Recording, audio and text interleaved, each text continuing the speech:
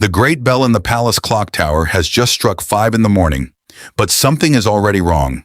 Only one candle is burning in the king's private room.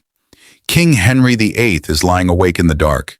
His shirt is soaked with sweat, and his left leg is hurting badly under a dirty bandage that no doctor has been able to heal. Outside his room, 2 servants stand quietly. They are afraid to knock, but they are also afraid not to. It is June 1536, and the King of England is a troubled man. Just 3 weeks ago, he watched from a window as Anne Boleyn, the woman he changed his whole kingdom to marry, was taken to the scaffold and beheaded by a swordsman brought from Calais. Only 10 days later, Henry married Jane Seymour. Now, inside Hampton Court Palace, the grandest palace in England, he must act as if nothing has happened. If you think you already know the real Henry VIII, stay with me. Today we will spend a full day with him, from the moment he wakes up until he goes to bed. You may see him in a completely different way. By 6 in the morning, the palace is already full of activity. Around 500 people work at Hampton Court, and most of them have been awake for hours. In the huge kitchens, more than 50 cooks and helpers are busy over hot fires. They roast beef and mutton for the day's meals. The Tudor court eats huge amounts of meat. Rich people are expected to eat well because food shows power and wealth. The bakers prepare fresh white bread called manchet, which is made only for the king. In the wine cellar, servants pour French claret and German wine brought by boat along the River Thames. Since the palace is beside the river, supplies arrive easily. Around 7 o'clock, Henry finally gets out of bed. Getting dressed is an important ceremony. Almost nobody is allowed to watch. Only a few trusted men from his private household can enter. The servants carefully hand him each piece of clothing. First come his linen clothes, then his stockings, then a padded doublet that hides how much weight he has gained. Henry is now 44 years old. The handsome young prince who loved dancing and jousting has become heavier and slower because of constant pain in his injured leg. Finally, he puts on a rich, fur-lined robe and a velvet cap covered with jewels. His clothes show everyone that he is king. In Tudor England, even clothing follows strict laws. Some expensive fabrics and furs can only be worn by the king.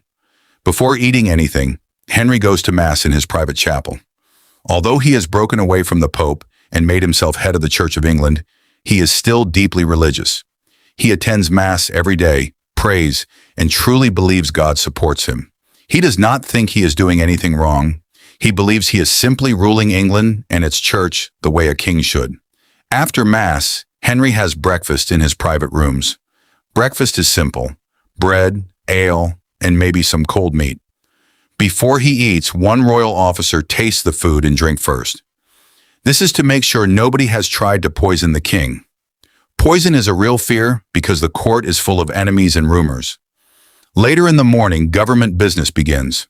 Thomas Cromwell, Henry's chief advisor, arrives with letters and important papers. They discuss church reforms, money taken from monasteries, and growing anger in northern England. That anger will soon become the Pilgrimage of Grace, one of the biggest rebellions of Henry's reign. Henry signs papers in his private chamber. Only his closest advisors are allowed into this room. Foreign ambassadors must wait in the grand presence chamber, where the rich decorations remind everyone of the king's power. Around 11 o'clock, dinner is served. This is the biggest meal of the day. Sometimes Henry eats alone with a few trusted men. On special days, he eats in the Great Hall before the whole court. Many dishes are served one after another. There is peacock, swan, venison, and beautiful sugar decorations shaped like castles and animals. The food is meant to impress everyone as much as to feed them. It shows the wealth and power of England, even while the kingdom faces serious problems. In the afternoon, Henry once loved hunting for hours.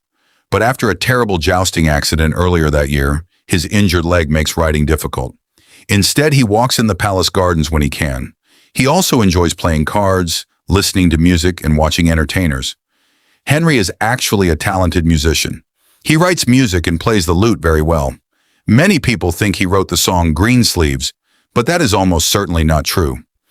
As evening comes, hundreds of candles are lit across the palace. The long stone hallways glow with warm light. Jane Seymour, Henry's new queen, may join him for supper. People at court still whisper about how quickly Anne Boleyn was replaced. The palace guards change shifts. The The royal scribes finish copying letters by candlelight. Finally, Henry returns to his private rooms. He is still in pain. He may never admit it, but he is also carrying the weight of everything that has happened. One question never leaves his mind. Will he finally have the son he believes England needs? This one day at Hampton Court shows a different side of Henry VIII. He is one of the most powerful kings in Europe, but he is also a man living with pain, fear, and difficult choices. If you enjoyed spending a day with Henry VIII, don't forget to subscribe, because the real stories of the Tudor court are even more surprising than fiction.